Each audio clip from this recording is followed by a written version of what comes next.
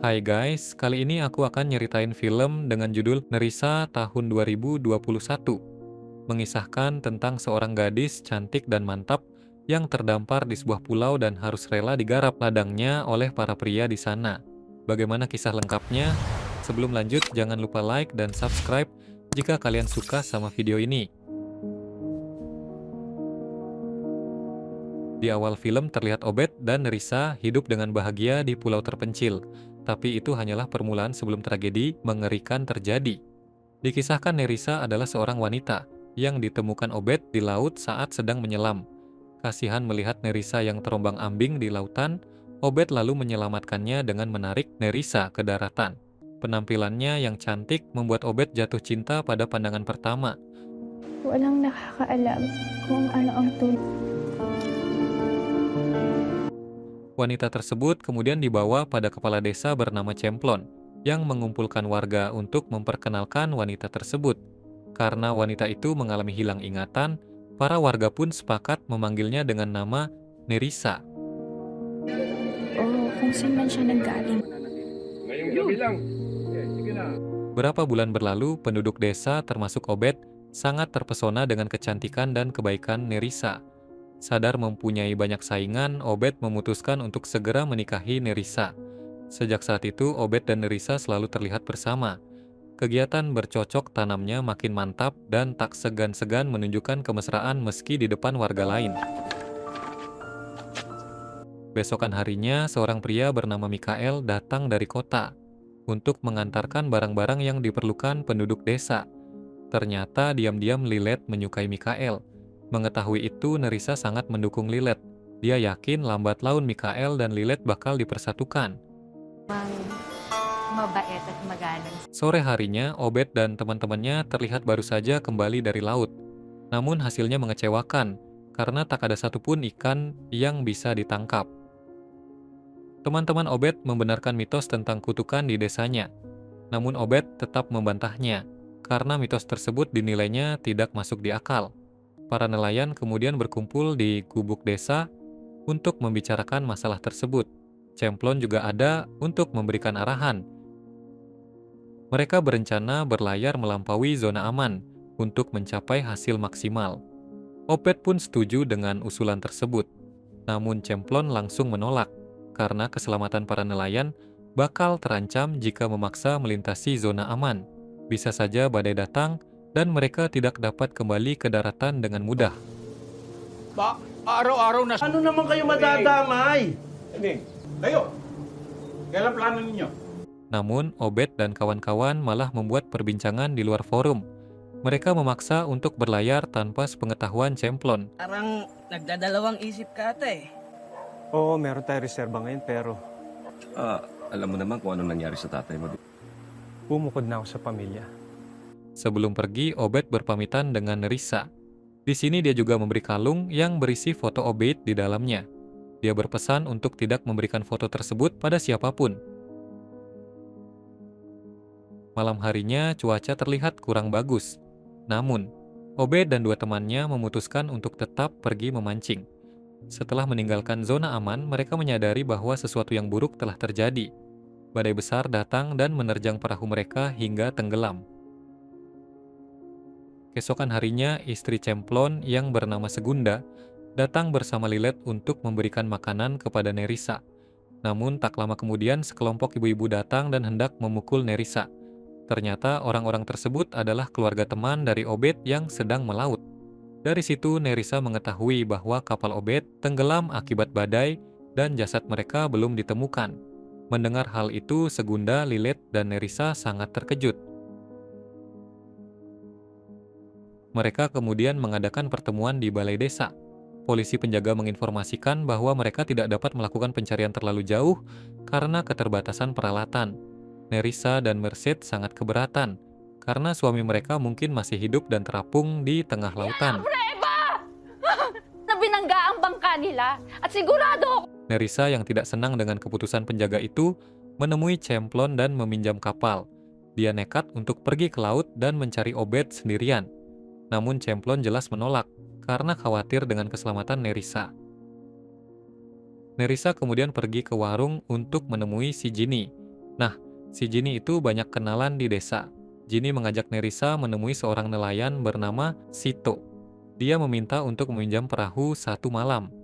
Namun, Sito meminta imbalan untuk prot-prot dulu sama Nerissa. Jini menolak dan malah menawarkan Sito untuk mencicipi dirinya saja.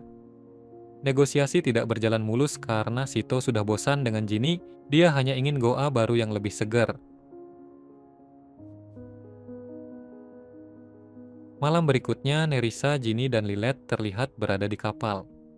Rupanya Lilet berhasil meminjam perahu dari Mikael yang kini sudah jadi pacarnya. Mereka berkendara berjam-jam mencari Obed, namun tetap tidak menemukannya. Hal buruk terjadi, penjaga pantai datang dan menangkap mereka. Nerissa dan teman-temannya dituduh mencuri kapal tersebut karena tidak bisa menunjukkan kelengkapan suratnya. Pagi harinya, Jini dan Nerissa berangkat ke ruangan petugas penjaga pantai. Nerissa diperintahkan menghadap ketua dan dimintai keterangan. Sementara itu, salah satu penjaga membawa Jini ke ruangan lain untuk diprot paksa. Nerissa kemudian mengungkapkan niatnya mencari Obed di tengah laut. Namun, petugas tersebut tidak mau memberi bantuan gratis. Ia ingin Nerissa membayar dengan beradu mekanik dengannya. Alhasil, Nerissa menyerah dan rela disodok goanya oleh pimpinan di sana dengan mantap.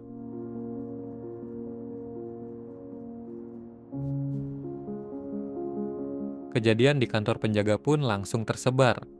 Para tukang gosip terus menyebarkan rumor dan memojokkan Nerissa. Karena itu, warga lain jadi makin membenci Lilet, Jini, dan Nerissa. Lilet yang sedih kemudian bertemu dengan Mikael. Dan di sini dia menceritakan semua yang dia alami. Ano bang ginawa ko masama? Tak lama kemudian, Obed tiba-tiba ditemukan oleh penjaga pantai. Semua orang senang, termasuk Nerissa yang langsung memeluk suaminya. Namun sayang, teman-teman Obed yang lain tidak selamat. Mereka tewas dalam kejadian tersebut. Malamnya, Obed kembali memasangkan kalung pada Nerissa. Setelah itu, mereka melepaskan kerinduannya dengan beradu mekanik. Adegan beralih ke Lilith yang kembali menemui Mikael. Mereka tampak menjadi lebih romantis. Sementara itu, Jini sedang baku hantam dengan Merced. Jini kesal karena terus dihina oleh Merced. Untungnya, Lilith segera mengalihkan perhatian mereka sebelum hal lebih parah terjadi. Kemudian Lilith kembali nongkrong dengan Mikael di pantai. Di sini Lilith bilang dia sangat ingin pergi ke kota. Setelah mendengar hal tersebut, Mikael berjanji akan menikahi Lilith dan membawanya hidup damai di kota. Lilith jelas senang dan kemudian mereka prot-prot di pasir pantai. Di sisi lain, kebahagiaan Obed dan Nerissa mulai terusik. Cemplon bercerita bahwa Nerissa pergi ke markas penjaga untuk meminta bantuan untuk mencari Obed. Rumor pun menyebar bahwa kepala penjaga minta dilayani Nerissa sebagai bayarannya. Obed yang marah langsung mendatangi Nerissa. Di sini Nerissa tidak bisa mengelak dan mengatakan yang sebenarnya. Obed pun geram dan mengutuk tindakan Nerissa yang main gila di belakangnya. Setelah kejadian itu, Obed jadi suka minum-minum. Wataknya berubah drastis, seolah tidak lagi peduli dengan Nerissa.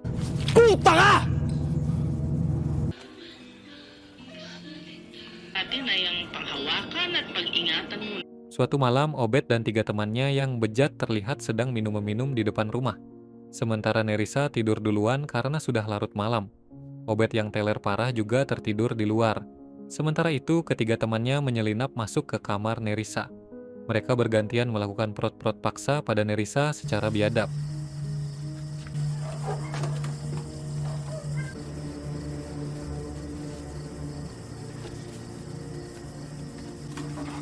Nerissa berteriak sekeras yang dia bisa, tapi Obed tidak peduli dan malah menjauh dari rumah.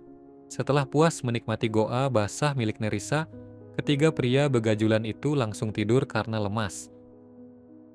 Nerissa yang dendam atas pelecehan tersebut segera menghabisi mereka. Nerissa pun pergi ke pantai untuk menemui Obed.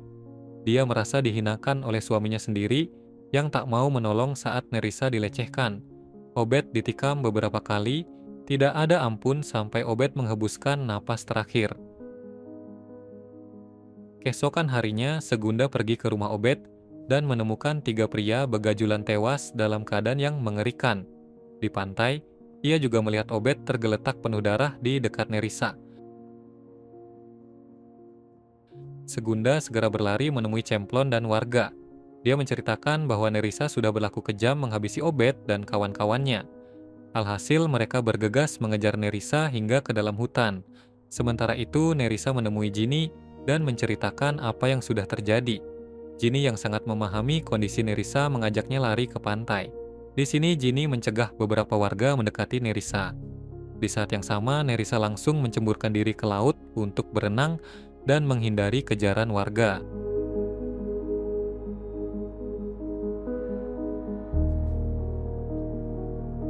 Itulah cerita film Nerissa. Jika kalian suka sama videonya, jangan lupa like, komen, share, dan subscribe ya guys. Sampai jumpa di video selanjutnya.